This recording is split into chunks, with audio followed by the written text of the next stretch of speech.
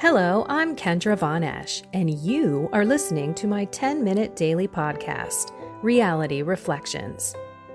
I bought into what this world said would make me happy. Money, prestige, power. And hey, if it feels good, do it, because life is stressful, so party hard. Do whatever makes you happy. But that didn't quite work out, because I felt even more insecure, full of fear, shame, and anxiety, and never, ever good enough. Then God found me and flipped my reality upside down and transformed my life. And I want this for everyone. So I left my executive career to help others find true acceptance, supernatural peace, joy, and love that only comes from a relationship with God. Here is my reality reflection for today. God speaks to all of us. Every single one of us. The problem is, we don't know how to discern if it's Him, if it's evil, or if it's us. That is the key to learning God's voice, to discerning spirits throughout the day, so you can know who is living your life. It's not hard. It takes tenacity. This is why reflection is really important, because during the day, as things are happening, and you reflect and you ask yourself, what is this all about? I don't know. We've all had that green worm feeling, haven't we? That uncomfortable, settling feeling in our stomach, that sick to our stomach feeling. When we're either about to do something, or we hear something, or we react to something. I mean, I could go back to, I think it was 8th grade. And I went over to a friend's house to spend the night. And we started watching the movie The Omen. The entire time, I was sick to my stomach. And I was scared. I didn't want to watch it. And I called my mom. I said I was sick. Called my mom, and she went and picked me up. I don't know if I ever told her this.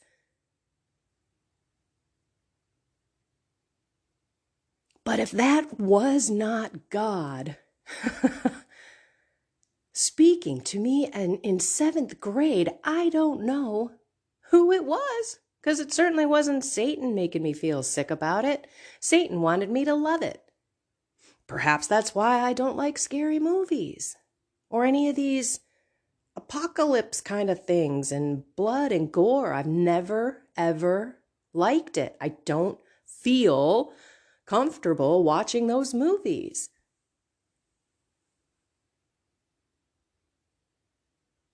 Maybe it was right before you were going to sin. And you felt that don't do it, regret and shame before you even did it, but you did it anyway.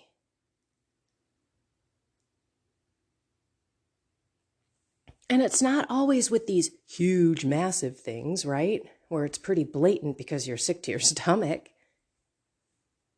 You might have a total peace. And don't be fooled by total peace. How many times do you hear? When you're discerning, you will feel the peace of God come over you. It'll feel good, whatever it is that you're discerning to do.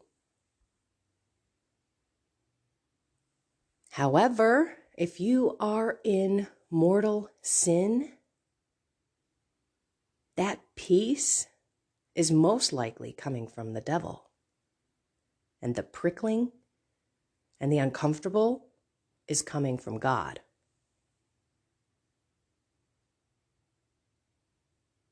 Because when I was in mortal sin, I would know, think about it. Think about when you know you're ready to commit a sin. Your body knows it. Your mind knows it. You're being talked to by the Spirit within you. All too often, we allow the devil to override that. Oh, I'll go to confession. I'll go tomorrow. There's scheduled confession tomorrow. I can do this. God will forgive me. I just need this release. I just need this stress to be taken off of me so I could be better for my family. Think of all of the excuses that the clever devil puts into our head as well as ourselves, because frankly, we are also ones that talk ourselves away from the voice of God.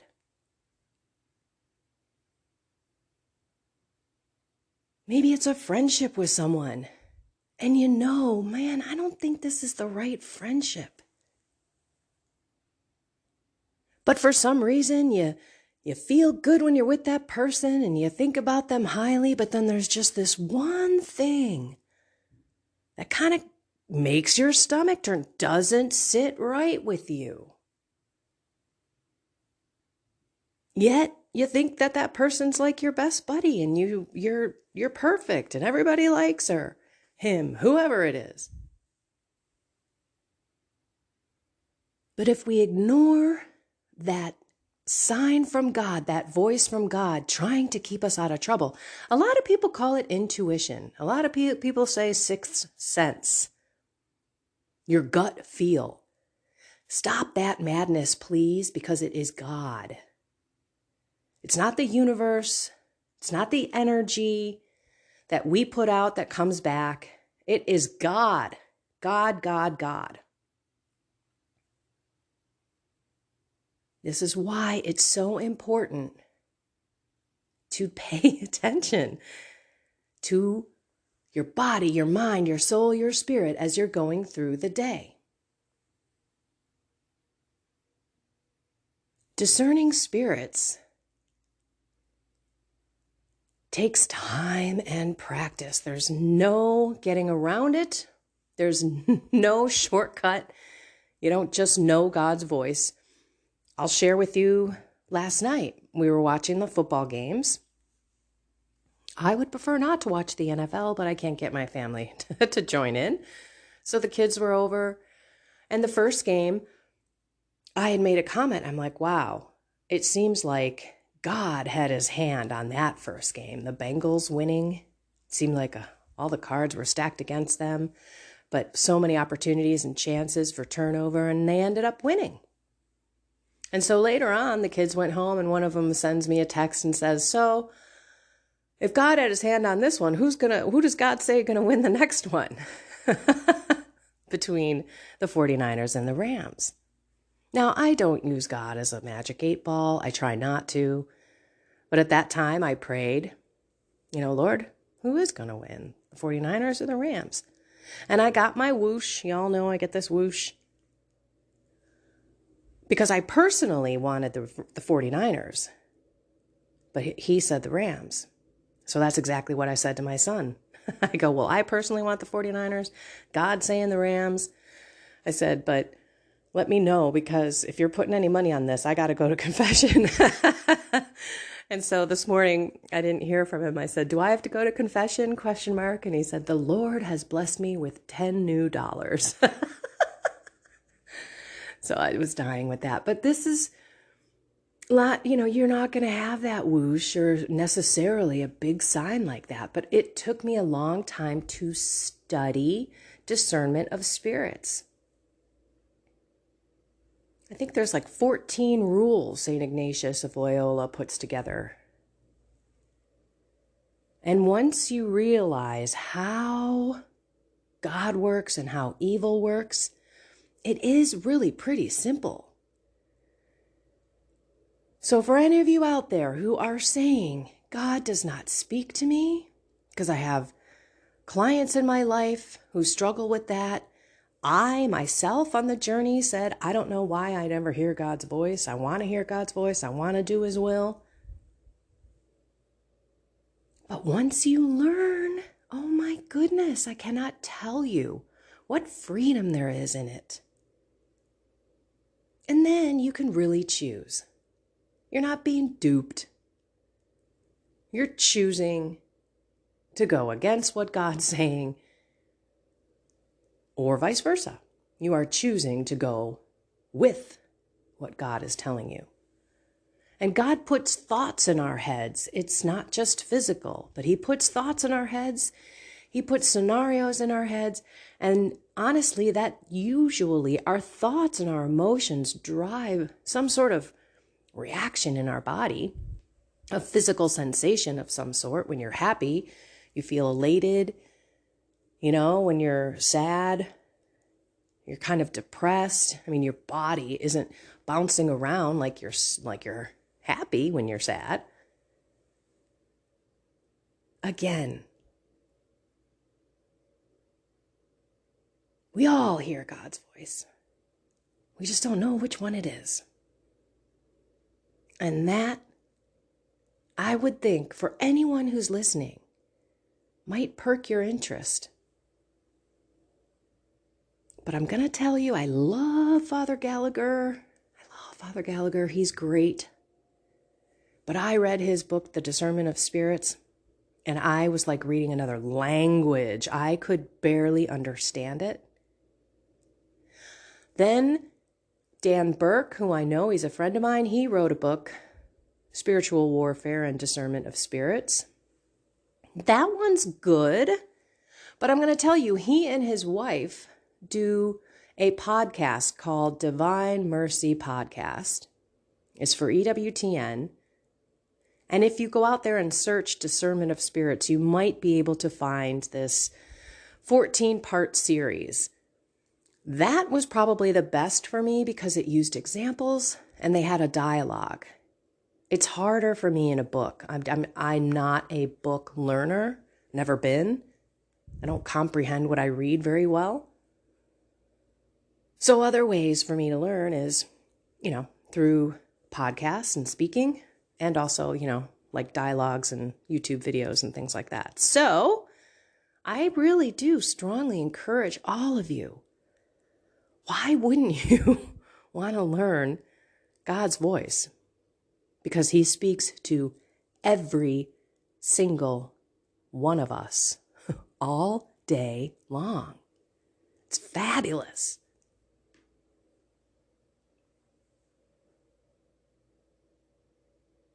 So I don't know if I ended up saying, I might have, I can't remember. So the Rams won. He won 10. The Lord has blessed me with $10 new. Excuse me.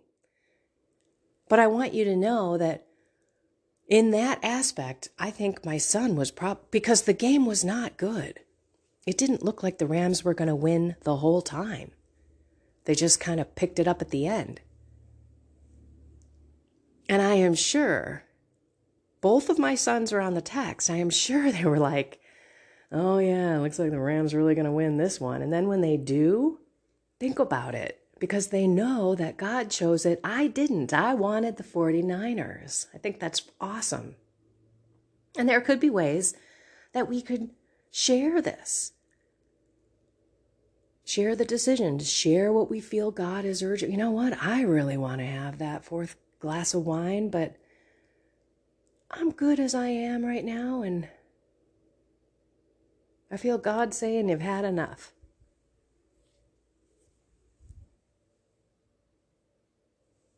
I don't know. It's an amazing thing that I think everybody desires, but not everybody chooses to learn. And it's not that hard. Once you learn kind of the basics, you can then apply it into your life immediately. And it becomes fun. In the beginning, I kind of looked at it as a game that I was winning with the devil. I'm like, you suck. Yes, I use the S-U-C-K word sometimes. You stink, devil. You don't get to do this to me anymore. I got you. Not only can I spy you, and I now know your voice, I can deliver you out of my life, my man. In the name of Jesus Christ, I bind the spirit of. Boom. Get the heck out of here. So take that step forward. Search discernment of spirits. Learn.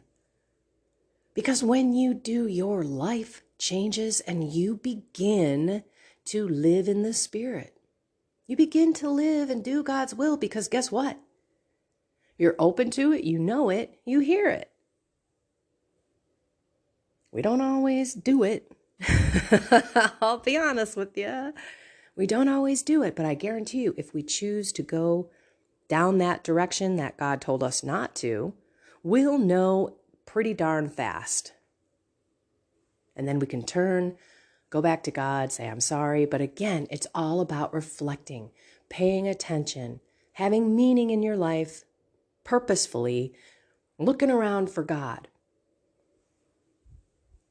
I've said this before, but when you pray, you must expect God to answer. Because if we go in, if we go into prayer double-minded, where we're kind of like, I'm pretty sure God's not going to answer this one, but I'm going to pray for it anyway. Well, wishy-washy, not thinking that God's going to do this miracle in our lives, then we're not going to get our prayers answered because he put it in the Bible that says he's not going to give us our desires. We have to have no doubt in our mind. So if you're trying to make a decision in life, give it to God fully, but pay attention to how you feel when you think about the two different decisions. What is my life going to look like with this decision? How do I feel? I feel free. I feel calm. I feel excited. I feel I've got me in this, right? Or the second one could be, I'm a little nervous about it, a little bit anxious about it. I'm not quite sure it's right for me. I've got a few flags, but then there are a few good things, because usually discernment is between two good things that really matters. We all know the good and the bad. And which one is God's will? It's the ones that, come close. Do I take this job or that job? Do I date this guy or gal or not? Do I get married or not? Do I have kids or not? Those are kind of like bigger decisions, but not necessarily one being a worse decision than the other. But the key there is to ask God, give it to God, and then sit with God. Be peaceful. I don't care if it's a walk that you need to do. If you go into adoration, which I always get awesome answers there, because there is really nothing to distract me. I'm sitting right there in front of Jesus. Spend some time in your room, but be in peace and allow your whole experience of yourself to go down when you think about stuff. And you'll know. And if it's still a big decision, talk to someone in your life that you trust, that you know has your best interest in mind. And if they then corroborate what you are saying, then you can probably guess that, yeah, God wants you to go in this decision, but take your time with it. Don't rush either way. It's the beautiful part of that relationship, right?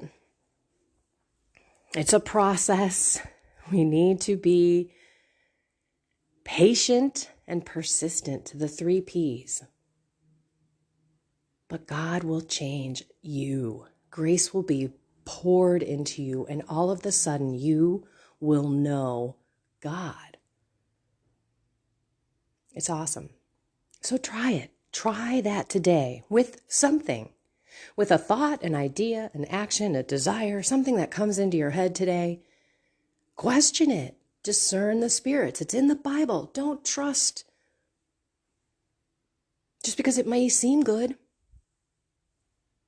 Because as I mentioned, the devil is cunning. Such a liar. And he pulls our emotions, all the things that, we're concerned about so much in our vulnerability, our desire to be loved, everything that is a core function of who we are as people. That guy and his minions just play on that, and then they make us do things in desperation.